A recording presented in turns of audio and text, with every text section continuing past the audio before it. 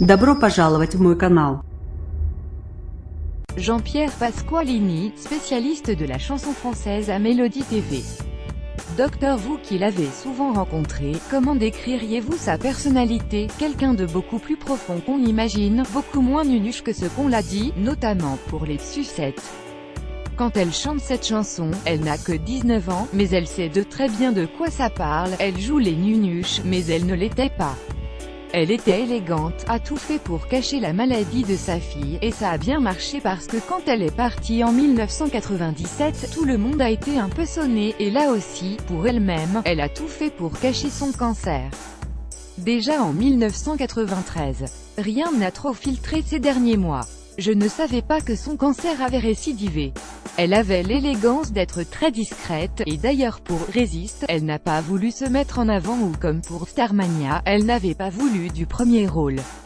Elle n'aimait pas la scène, ce n'était pas une people, non, elle n'aimait pas ça. Elle n'aimait pas les soirées people, elle préférait aller à la SACEM-NDLR, Société des auteurs, compositeurs et éditeurs de musique, elle n'aimait pas la scène de toute façon. Dès les années 60, avec Sacha Distel, Dionne Warwick, et Mireille Mathieu, à l'Olympia, elle dit qu'elle a le trac. Michel Berger, qui la rencontre en 1974, mettra des années à lui faire aimer la scène. C'est une star énorme aussi dans les années 70. Elle a réussi à être une reine du disco après avoir été la Lolita des yéyés. Sans les artistes masculins qu'elle a croisés, aurait-elle réussi? On n'arrive jamais au succès uniquement grâce aux autres. Il y a toujours une grande partie de soi. France Gall, si elle est allée vers Claude François, Serge Gainsbourg, Michel Berger, Julien Clerc, c'est qu'elle aimait les vraies personnalités. Elle attendait de Julien Clerc qu'il lui fasse une chanson, mais il n'a jamais voulu à part une phase B qui n'a pas marché, ce qu'elle a fait en Allemagne, des tubes, c'est sans eux. Elle était une entertaineuse outre-Rhin. Cherchait-elle des Pygmalions? Oui, à cause de son père Robert Gall. La vie, ça vous marque toujours comme ça. Son père était son premier Pygmalion et elle ne s'en est pas sortie pas facilement. C'est la première yéyé girl des 4 qui nous quittait Clestel comme héritage, c'est la première yéyé girl des 4 avec Françoise Hardy, Sheila, Sylvie Vartan qui nous quitte.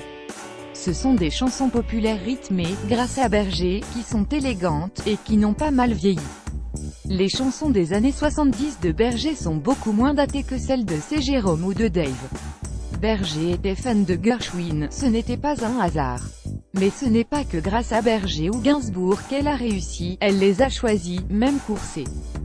Berger ne voulait pas travailler avec elle, il la trouvait trop ringarde. En 1974, il était difficile d'imaginer réussir avec cette fille, qui galérait en France, même Gainsbourg n'arrivait pas à la relancer. Alors comment décririez-vous sa voix? Elle avait la voix d'une yéyé girl, un peu au perché, qui pouvait irriter. Elle n'avait pas une voix, mais un timbre, reconnaissable entre des milliers et que certains trouvaient même agressif. Mais elle a fait le lien grâce à ce timbre si reconnaissable entre ces différents répertoires de Berger, de Gainsbourg. Michel Berger l'a beaucoup fait travailler sur son timbre, sur le phrasé. Un peu comme Jean-Jacques Goldman avec Céline Dion. Elle a traversé plusieurs générations d'artistes et réussi dans différents styles musicaux. Elle incarnait la yéyé girl gainsbourgienne. Il n'y a que Petula Clark et François Hardy qui ont eu droit à Gainsbourg.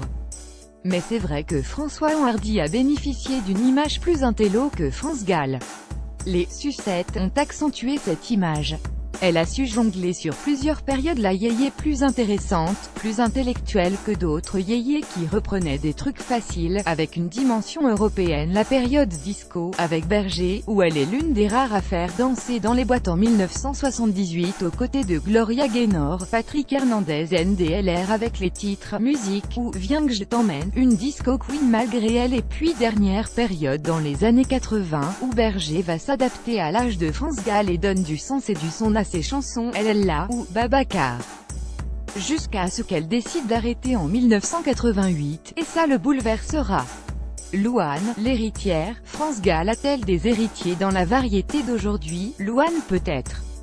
Elle a un timbre qu'on reconnaît aussi entre mille. Elle a beaucoup de sensualité.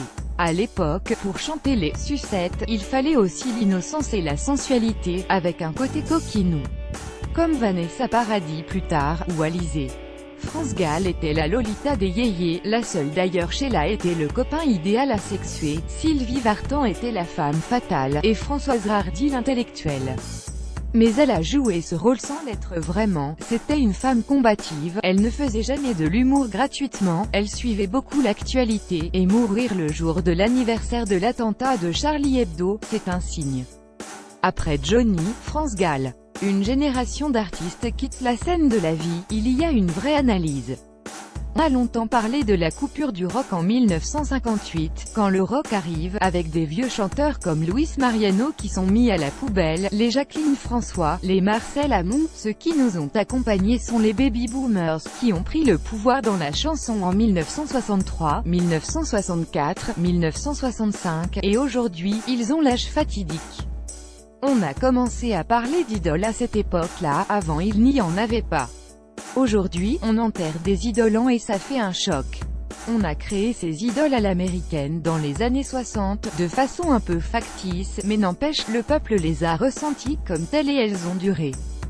Ce n'est pas fini, on attaque une période où ils ont tous au-delà des 70 ans. C'est la première génération des idoles qui s'en va, on a cru qu'elles étaient éternelles.